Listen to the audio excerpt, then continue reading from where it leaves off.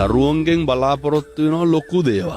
හැබැයි දෙමව්පියෝ හිතාගෙන ඉන්නේ පන්ති ගාස්තු දීලා අන්දලා කවලා පොළ යවපුවාම හරි කියලා. ඒක නෙමෙයි. මම අර තාත්තෙන් අහනවා. කවද්ද කොල්ලත් එක්ක අන්තිමට පන්සලට ගිහින් බෝමලු ඇමදුවේ? එහෙම මතක නෑ කවදාවත්. මම අහනවා කවද්ද පන්සලට ගිහිල්ලා චෛත්‍ය මලු ඇමදුවේ?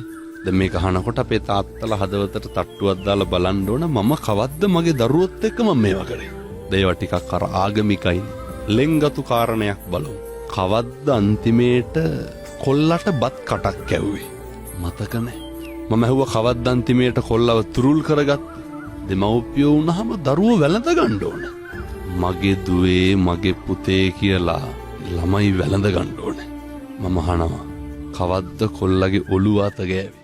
කවද්ද කොල්ලත් එක්ක එක පුටුවේ ඉඳගෙන ඔඩෙක්ක තියාගෙන ටීවී එක බැලුවේ? මතක නෑ. එතකොට අර තදේට විතරක් ඉඳලා හරියනවද? කරන්න ඕන කරන යුතුයකම් ටික වෙන්නේ නැතුව ඒ ළමයාගේ ළමාවිය ඉක්මවාගෙන යන අවධියේදී ප්‍රසාරණය වන හැඟීම් වලට තදට ප්‍රතිචාර දක්වලා හරියන්නේ නැහැ.